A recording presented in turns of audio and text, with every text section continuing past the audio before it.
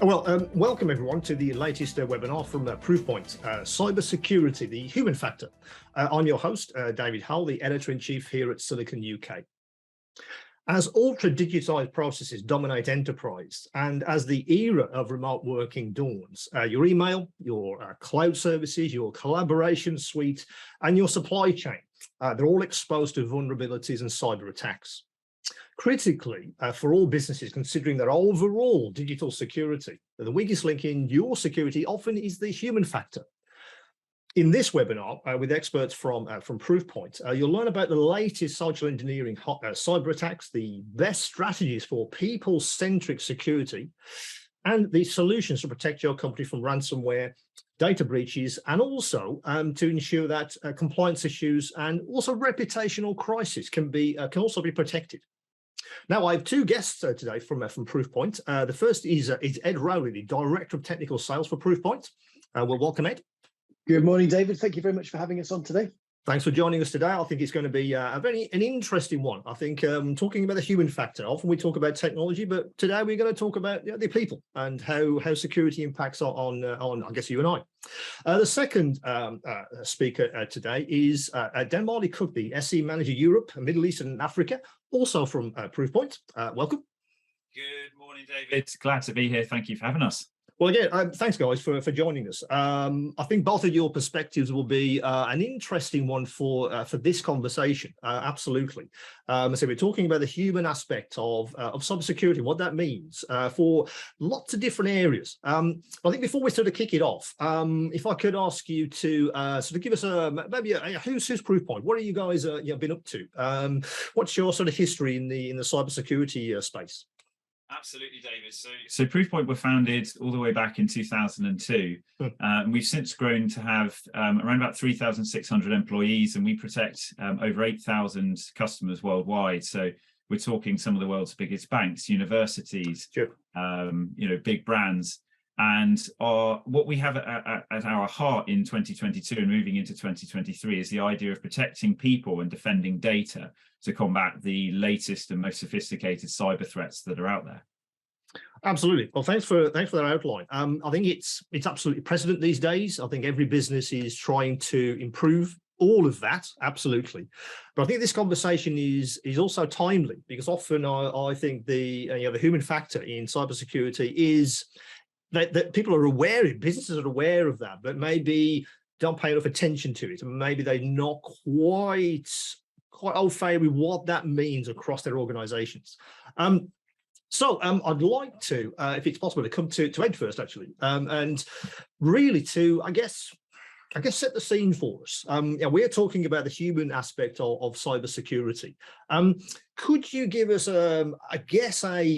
a general outline of where you see the landscape at the moment? In fact, we're talking about the human aspect. Can you kind of give us a sort of sense of, I guess, where we are with that kind of security? Certainly, but before I do that, I'm just going to nip back in time a decade or so, and possibly before that, where we had the notion of the corporate perimeter, and people would put in place a great deal of infrastructure, firewalls, secure web gateways, email security gateways.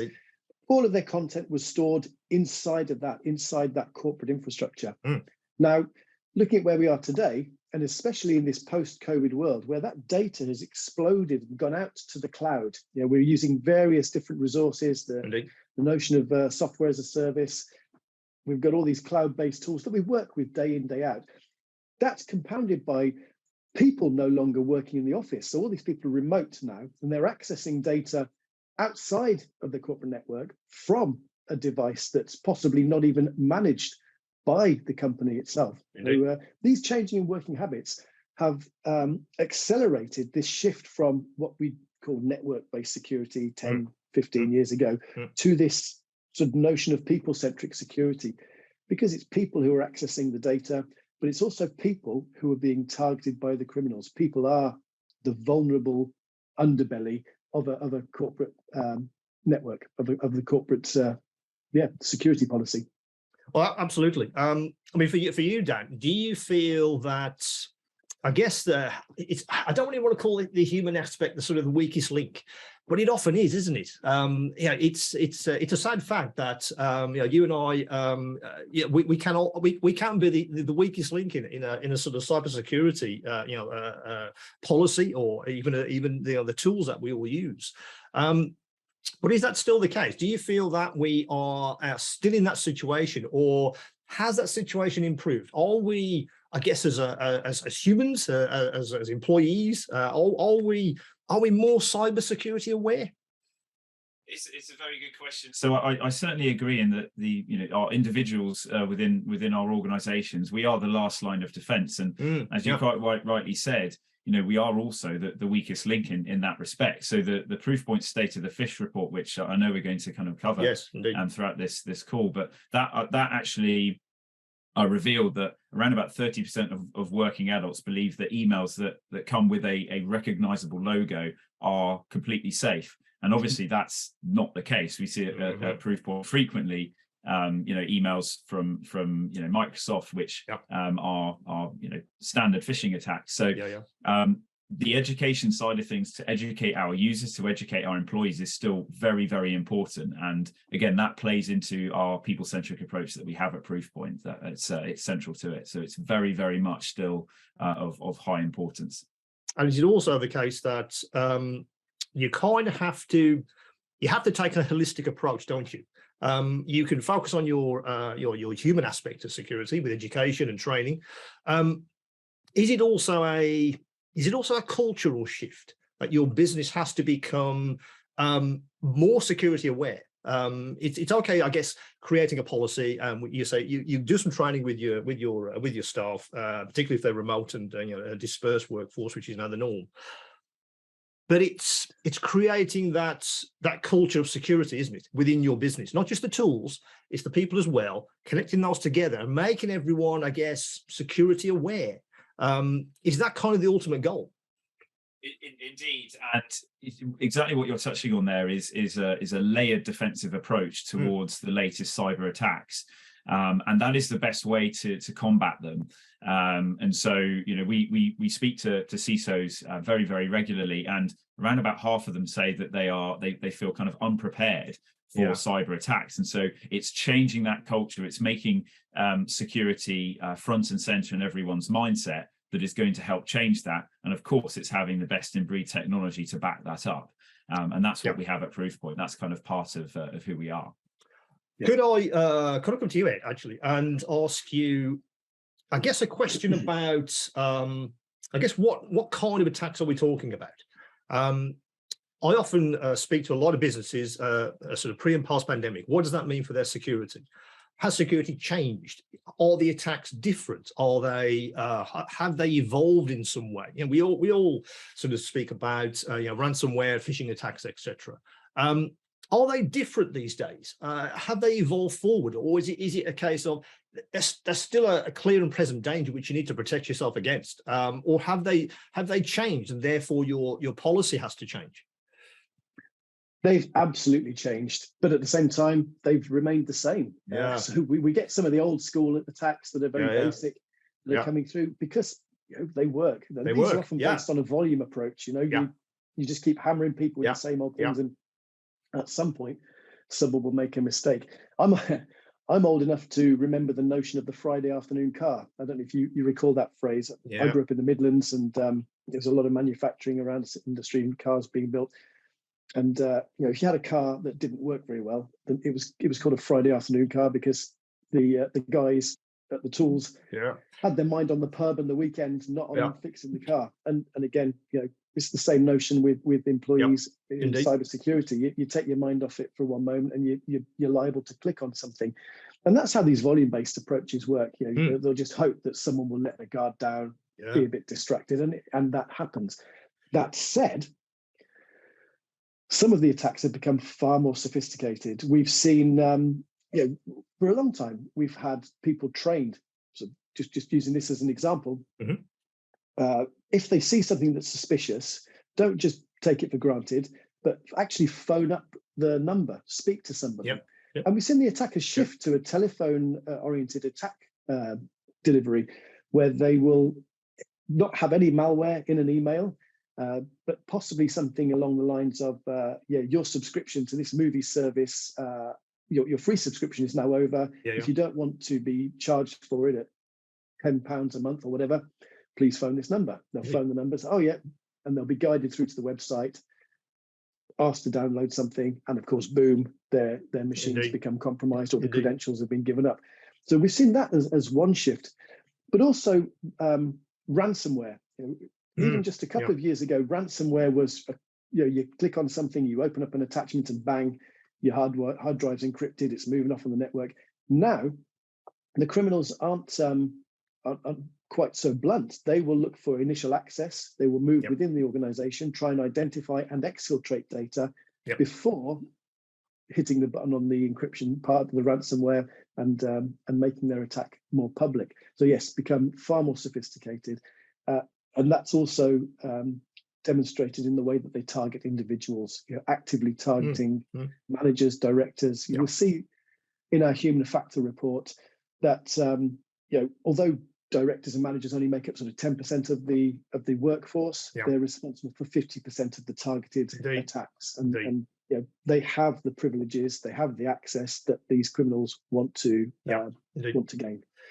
Now, I wanted to get both of your view on, I guess, on the next question. I'm very interested in fact, you've already kind of mentioned it a little bit, Ed, when you're talking about kind of education and what that means for a workforce and how they can, I guess, combat attacks. Now, have you experienced at all, I mean, when you're talking to Proofpoint's customer base and people that come to you for help, is there any kind of security fatigue out there? The idea that we are being hit with lots of attacks and the directive and the policies are being disseminated to a workforce. Is there I think you mentioned it a little bit. It's a bit like the Friday afternoon car, isn't it? It's more security I've got to take care of. It's I've got to do this with email. We go into multi-factor authentication for login. So is there a level of fatigue out there that needs to be addressed to make, I guess, the human side of security effective? Because we do not want people becoming tired and fatigued by the security systems that they have to manage. Absolutely, I agree, David, and it's one of the big issues is how can we keep our security awareness training relevant? How can we keep it effective? And I think one of the ways that we see security awareness training at Proofpoint is to have regular training modules, but these training modules need to be updated with the latest and greatest kind of trends and terminology. So when you take a security awareness training module, you're not taking one that's from 4 or 5 years ago. You're taking one that has been produced in the last quarter, in the last few weeks. Similarly, if you're going to test your users, with simulated threat messages to really put that training into play, the templates that you use, again, have to be up to the minute. We want to be testing our employees and our users and our customers with templates that we've seen in the wild over the last kind of few weeks and months that are relevant. So again, using, and I know this is something we're going to touch on later on, but using themes and trends and events even that are current. Testing our users with simulated threat messages relating to the World Cup, for example, or the COVID crisis. Instead of using kind of more generic templates, that's the best way to avoid that fatigue and also make sure your users are trained up against the most latest threats that we are seeing. And Ed, is also the training, is it not, and I stress not, one size fits all? It has to be tailored to groups, maybe even individuals. We talked about sort of C-suite and the board. Do we do security for CEOs, just for you? Because we understand the kinds of attacks that you might be under, and that filters through to the actual workforce in groups or individuals. So is it also a tailored approach? It's really understanding what kind of attacks that you may be open to, and then tailoring your response. Very much so, David. And the training materials need to be both relevant and timely. to be engaging. If they're not timely, people won't do them, and they will just forget them. So having the training delivered at the right time as part of an ongoing cultural change, as you mentioned earlier, a cultural shift in attitudes to security. What we're trying to do is change behavior, not just make people simply aware there's a threat. We're trying to change the behavior and how they act and how they respond when a threat comes through. So having it targeted, having it relevant to the target audience is key. And from a Proofpoint perspective, that's why we've invested a lot of time, effort, and money into content that forms our security awareness training. Well, actually, I've got you here, Ed. We excuse me. We talk a lot about social engineering. I think that phrase has been around for decades, and it means certain things to certain people. Has that phrase become a little bit tired, or does it really still encapsulate what we're talking about today? Is everything that we are going to discuss? We'll move to the engineering of attacks very soon. But do we need to maybe evolve that definition? Do we need to move that forward? Or is that still a relevant, encompassing term? So for me, it's a very relevant term. And I would argue that, from maybe 1995 to 2005, maybe just around those dates, when computers were the real target, or infrastructure was the real target of criminal gangs, that social engineering wasn't talked about as much. However, before that, pre-internet, social engineering was the key use that the key tool in the fraudsters. It was the only way of getting into that system. Yeah, I remember the local pub that I in the village where I grew up. Someone came in one day dressed in some overalls with a sack truck and just said they were there to repair the fruit machine, and then they just walked off with it. And of course, they'd just stolen it. Bit of social engineering. We can go back throughout history where the snake oil salesmen have been preying on people's emotions. So social engineering has always been relevant. A little bit of focus was taken off it, for a short while, but it's back and it will remain relevant. Sorry, you were nodding there, Dan. What's your perspective on that? Do you feel when you're sort of talking to people that need help with this, they do understand what that means within the context of their businesses and what they're trying to defend against? Yeah, absolutely. And further to what Ed's saying, so social engineering, I totally agree, is alive, very much alive and well, and will continue to be so, because it's that human on human kind of test as to whether you believe the person that's sending you that email is really who they are. And we see regular examples of this. But what makes it, I would say, kind of all the more dangerous in 2022 and moving into 2023 is the fact that criminals do their homework.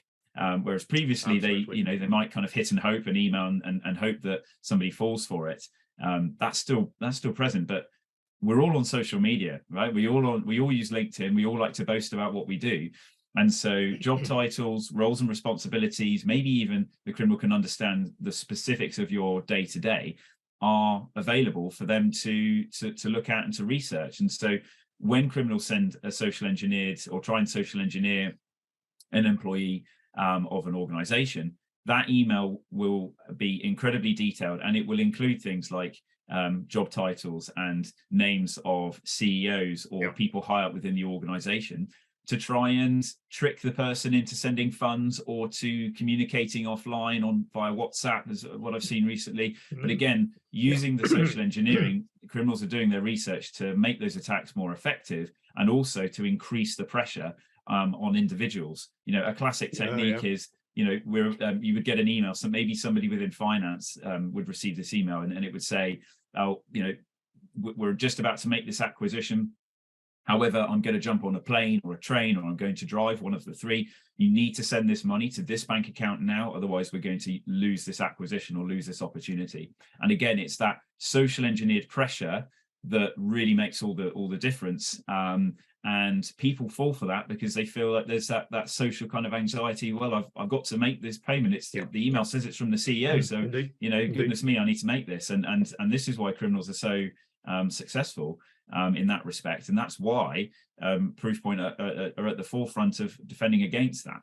Yeah, indeed. Now, before we move on, we're going to talk about five key myths, I think, which we're going to talk about in a second. I just wanted to round this conversation off about the kind of attacks and how they're perpetrated, with a question about automation. Are you guys seeing, attacks? Excuse me. When I say automated, I'm thinking of bots. I'm thinking of using machine learning and AI to create the attacks in the first place. So when I see some dodgy email, could that actually be an automated, created attack from whoever? Are you seeing that level of sophistication these days? I think it's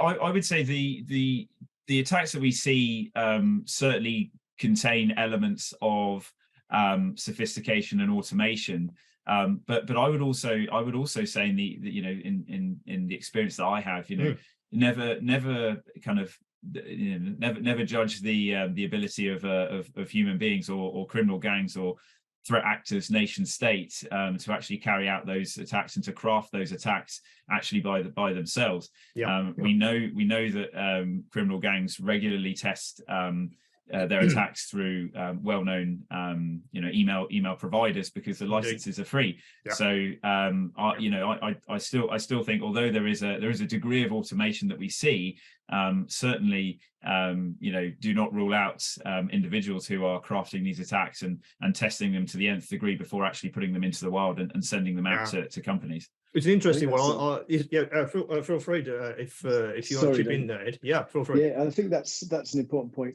Some of these criminal gangs are run as businesses. Okay, we got the Conti gang who were on the receiving end of a bit of a leak late last year. Yeah. And as a result of that leak, we got an insight into how their business worked, and it was run as a business with various divisions. With time off for people, you had salaried staff. So, it's a well-organized team. It's also very scary. That's a scary thing. That really is scary. That will have these tools to automate various parts of their day-to-day business. Their business being perpetrating cybercrime against various industries. So there will be automation to a degree, but there's also at times a lot of manual investigation, and the manually run crime tends to be more targeted and ends up with a slightly higher value. Yes, so we haven't got to worry about trying to sort of beat machine learning and AI just yet. We're not getting into the sort of Turing test area where we have to think: is that a machine? Is that a person?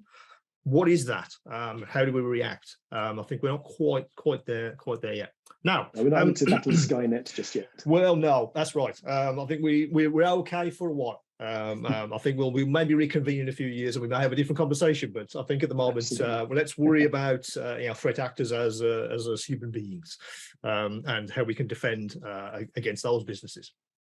Now, what we want to do next is we want to do a bit of myth busting, don't we?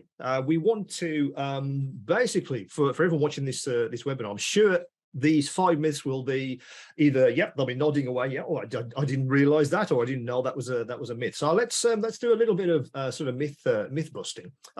We have a series of short videos which we're going to run with each myth. So if we can run the first video, and then we can have a chat afterwards, and we'll do that for all of the 5 myths that we want to unpack in this webinar. Excellent.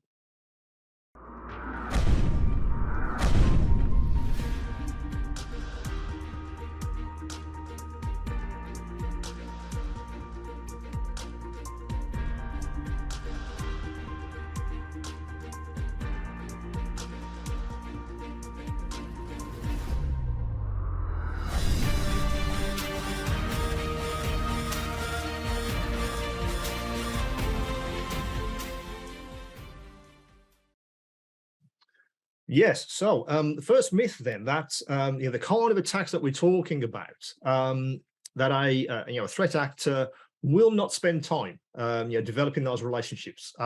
Clearly that's a myth, isn't it? They will spend time, and in some cases substantial time, building those relationships so they can penetrate a network. Why do you think that's a myth? Why do you think that, oh, if I just delete an email or I don't engage with the conversation, then that threat actor will go away? Why do you think people would think that one of the a cyber criminal would get bored and not continue with the attack?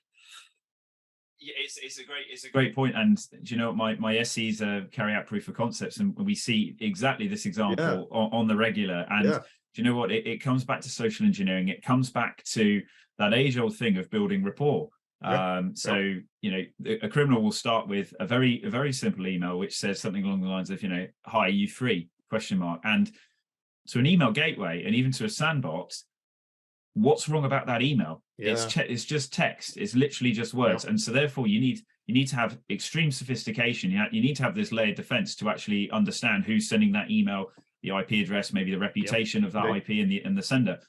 But criminals will do that. They will build the rapport, and they will have this exchange of conversation back and forth. You know, oh, hi there, what did you get up to on the weekend? Anything good? And that really affirms to the recipient that, oh, that person is, oh yeah, it is who they say they are. They're just being nice. A criminal wouldn't be so, they would engage in small talk, like you're saying, David. And it's maybe only about 5 or 6, 7 emails in that the criminal will then typically say, right, okay, terrible situation. It's my daughter's birthday next week.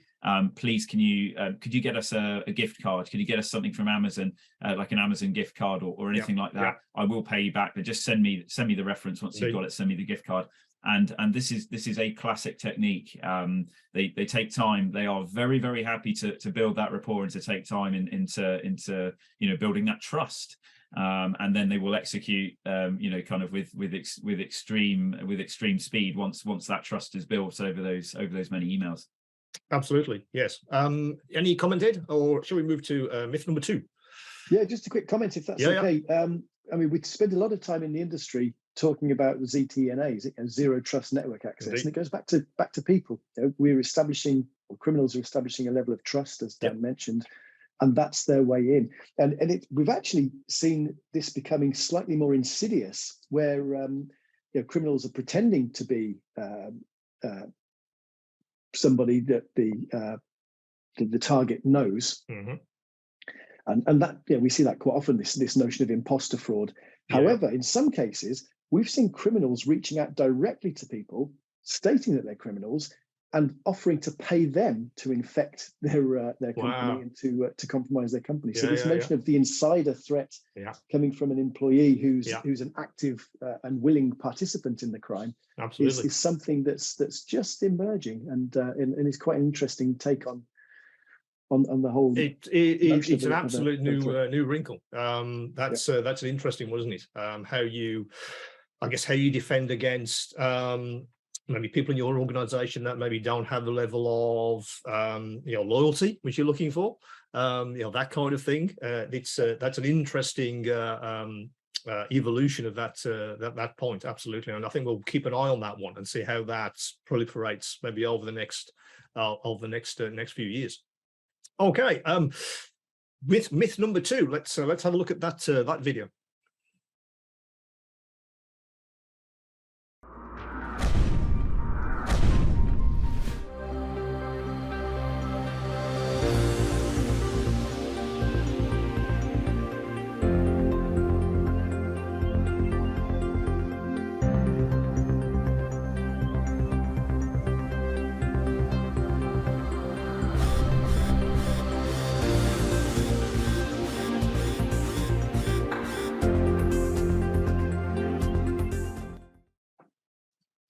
Yes, now, emails from organizations which you probably know and use. I think that's at the heart of a lot of these social engineering attacks, isn't it? That a message will come from your bank, and it is your bank. It will come from a service you use, for instance, Microsoft or one of the Google services, etc.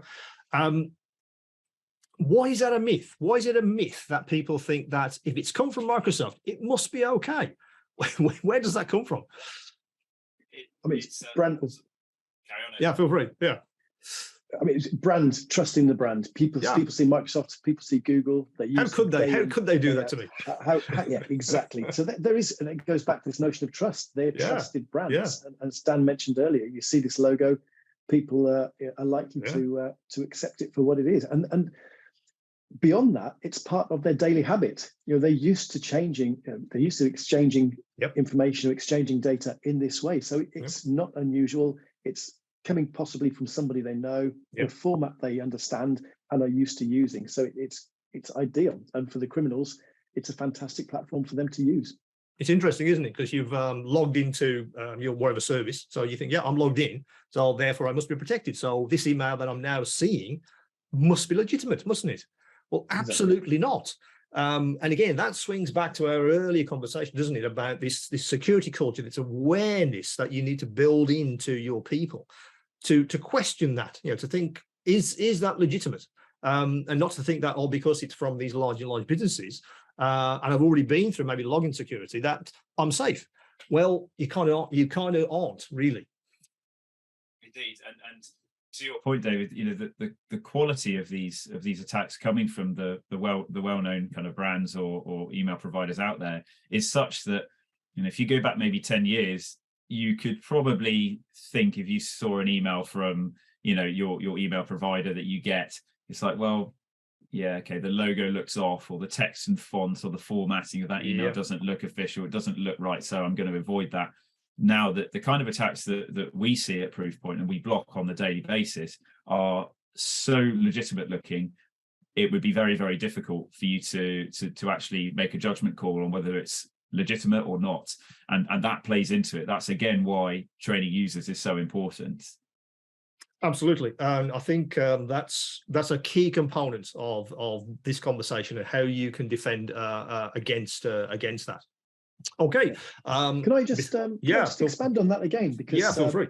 We're looking at the likes of Google and Microsoft and these trusted brands, but one other key point that we're seeing, and we're seeing this on a great scale, is compromised suppliers. So it might not be the likes of Google, but you've got all of these people that you work with, and again, you do business with on a day-to-day basis.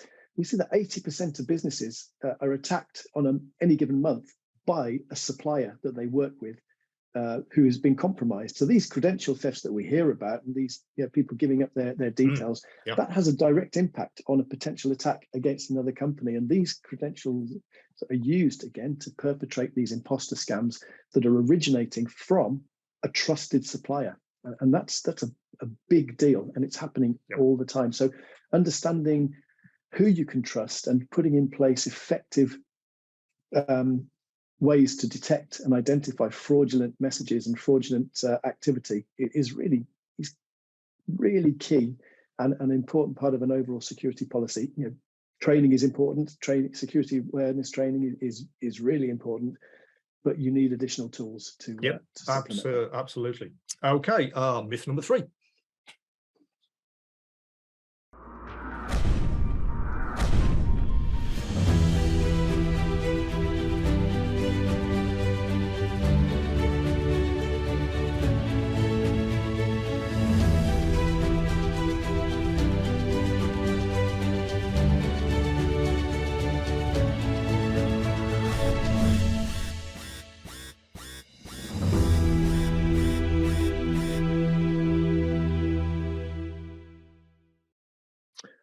Yes. Now, I think this is an interesting one as well, that I guess we all do assume that a lot of phishing attacks, particularly, it's always email, and it's only from through one channel.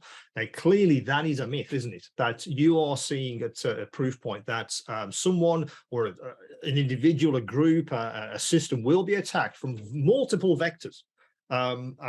Usually simultaneously. It'll be a orchestrated attack, won't it?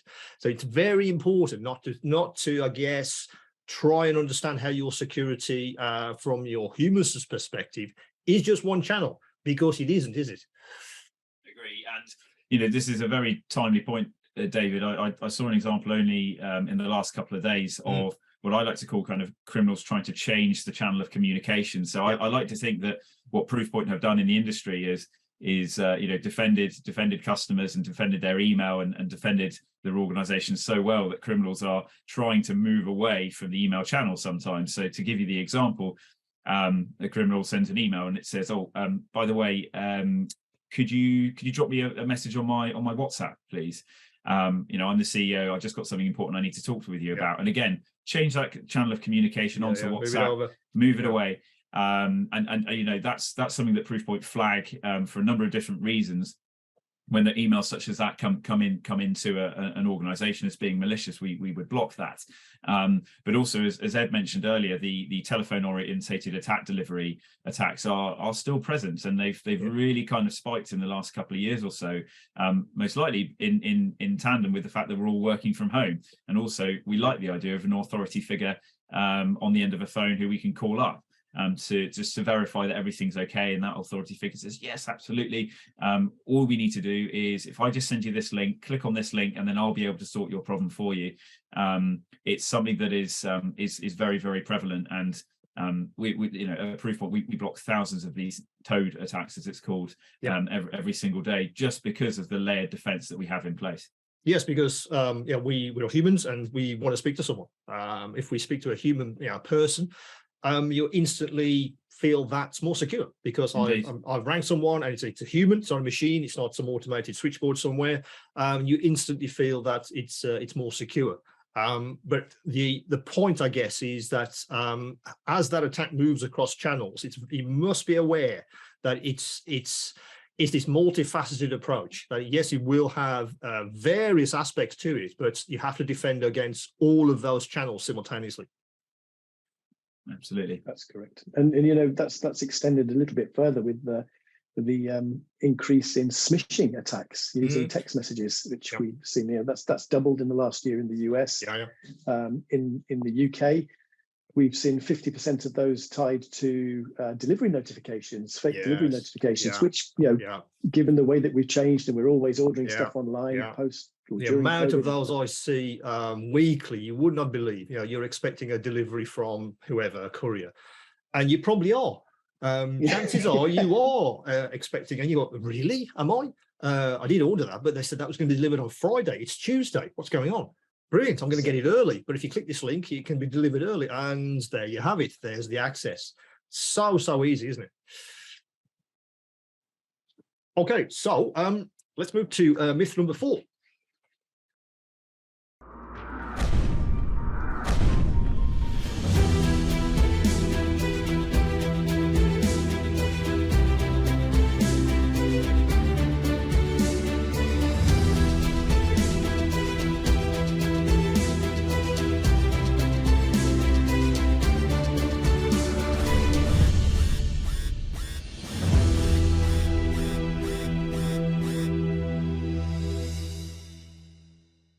Yes, so internal conversations. Now, for me, we're kind of in scary territory now with this myth. You can get a vectored attack from within a system which you're already using. You can get messaging, you can get attacked within internal messaging, which I think the vast majority of businesses would think would be impossible, because we have security for that, don't we? They cannot penetrate the system in that way. Guess what? Well, they can, can't they? And those internal conversations, they can be highly risky if you don't manage those correctly. And more importantly, be aware of them. Indeed. Go for it, Ed. Yeah. It is. It's horrendous. We've talked briefly about credential theft and the impact that can have. And once someone's got your credentials, they can log into your Office 365 account and they've got everything. They might even rely on a third-party application using OAuth to get access to that and to see what's going on. But once they've got the credentials, they can monitor everything. They can potentially respond on your behalf, and they will lie. The criminals will lie in wait, just taking stock, seeing how people communicate, and when they want to strike, they can do so because they've got access to that email. There are some great examples. If we've got time later on, I'll give you one. But Dan. The only thing I would add to that is that indeed criminals, the idea of sending phishing attacks to gain access to your corporate credentials is a topic that won't go away. And as Ed's saying, once criminals have access to your Office 365, your cloud email, they have the keys to the kingdom. We see regularly further social engineering attacks where criminals are obviously, they're able to look at your calendar. So then they can send an email within an organization saying, just before we go into the meeting with such and such a customer, again, building legitimacy, building trust. I've got some slides that actually would be really useful for you for that presentation. Could you click on this link? It goes to a OneDrive or a SharePoint, enter in your credentials. Oh, that's odd. My credentials aren't working for that. That seems weird. But anyway, I must jump into this meeting. In that time, the criminals then got access to, to other people's accounts and can spread laterally throughout the organization. So thread hijacking, gaining access, gaining trust, and spreading laterally throughout an organization is what criminals do. And to kind of put the final point on it, a lot of people will think, well, criminals will try and target our CEO or somebody within the C-suite straight away. Actually, what we see at Proofpoint is that criminals target maybe the low-hanging fruit, individuals, maybe on reception or HR or in recruitment to gain access. Because if you're working in recruitment, your day-to-day is accessing attachments for people's CVs. Indeed. So criminals can send an attack to gain access to your account, and then they can spread throughout the organization upwards and further out like that. So it is a scary scenario for sure. But on the positive side, there are tools to mitigate that. Absolutely. From a Proofpoint perspective, we've got the CASB tools where we can gain visibility into where people are logging in from, what devices they're logging in from, and increase that visibility, provide security, give the option to take action straight away, also against those third-party apps. So it's not a complete nightmare. Like every threat, there's a way to defend against Absolutely, it. there is a solution. Okay, our fifth and final myth.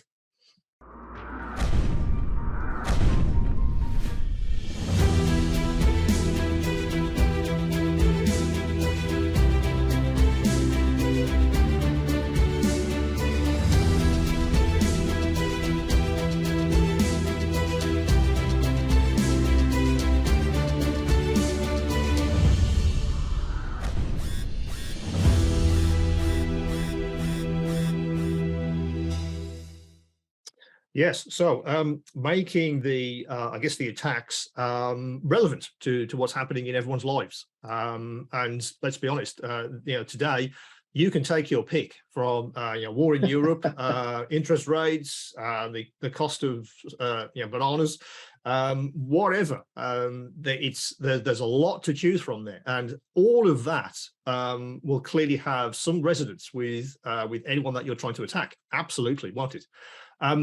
So that's kind of a myth itself, isn't it? That the attacks that happen will not be socially relevant. They will not be culturally relevant either, but they will be, absolutely, because that's the stuff you and I are thinking about. That's the stuff that you and I are stressing and have anxiety about. And that's precisely how a vector attack of that description will be effective, won't it? Indeed. And the period of time that we're moving into now is going to be highly, highly interesting, because we've got the World Cup in November, and we've got Christmas, and these are events that criminals will absolutely use to their advantage to try and trick users. Free World Cup tickets or free Amazon vouchers for your loved ones at Christmas. But also what we've seen over the last 2 or 3 years is an absolute proliferation in COVID themed attacks. So the kind of attacks that we see and we block at Proofpoint, find out who has COVID on your street, particularly early on in the pandemic. What about as well, in the UK, certainly there was a period of time where everyone was losing their minds about that, there weren't any masks. Where are we going to get the masks from? And criminals were sending emails with links to websites purporting to sell masks for when you go out into the supermarket for your 1 hour a day.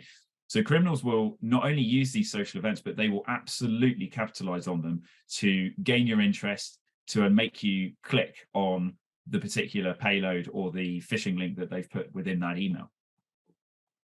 For you, Ed, would you like to comment on that one before we, move to solutions? I think next we're going to talk about what you can do to defend yourself. Yeah, just highlighting what Dan was saying there. Yeah, the criminals are very good, and it goes back to that social engineering side of things. A month or so ago, we saw quite a lot of activity from criminals asking people to sign a book of condolence regarding the Queen. Of course. Cool. And this time last year, I think was it this time last year, Squid Games was massive. So indeed. Get to participate in Squid Games 2 or whatever. So they are so on the moment, and they will change and develop their techniques. Absolutely. It is. So those are the five myths, which I think we've unpacked quite well in a lot of detail there. But I think everyone would then be asking, I guess, who's watching this this webinar. Okay, I take that on board.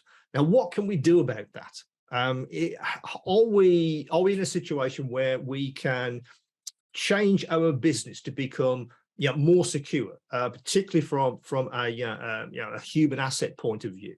And I think the answer is absolutely. How would you advise a business, I guess, to begin if they felt that they didn't really feel that they were doing enough? What's the first step on that journey? For me, David, there are a few steps on that journey, but it's to absolutely deploy defense in depth. And by that, I mean a multi-layered set of solutions that is fed with industry-leading intelligence and insight into the most up-to-date and sophisticated attacks, not just by email, that are out there. My second point would be we need to train our users, but also we need to understand where our sensitive data lies within our organization, and also deploy solutions that can defend that from being leaked, as we know that insider threats from disgruntled employees and malicious users are on the rise as well. So there are kind of a couple of steps there, and those would stand a company, an organization in great stead, kind of moving into 2023 and beyond. Sure. And for you, Ed? Yeah, I mean, the tools are important and tools are key, but for me, it needs to start with responsibility and accountability. So you need to have a plan. Cybersecurity at organizations that have a board needs to be a board level conversation. I think most organizations now accept that. Not all of them do, however. And you need to have a sponsor at a very, very senior level, board level, C-level, whatever you want to call it. You need to have a sponsor for security and someone who's going to be responsible and accountable for it. And once you have that, things fit into place. You'll get that sponsorship for your programs.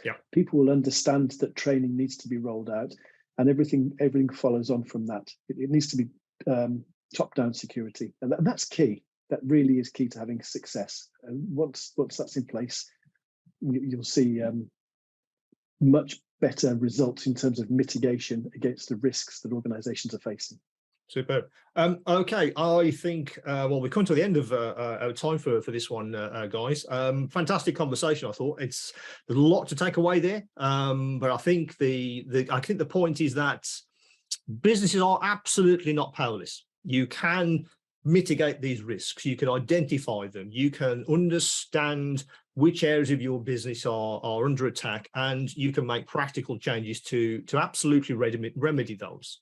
You can, and certainly with tools from Proofpoint, it gives you that I guess access to absolutely better security, particularly across your human assets, which is obviously the focus of this one.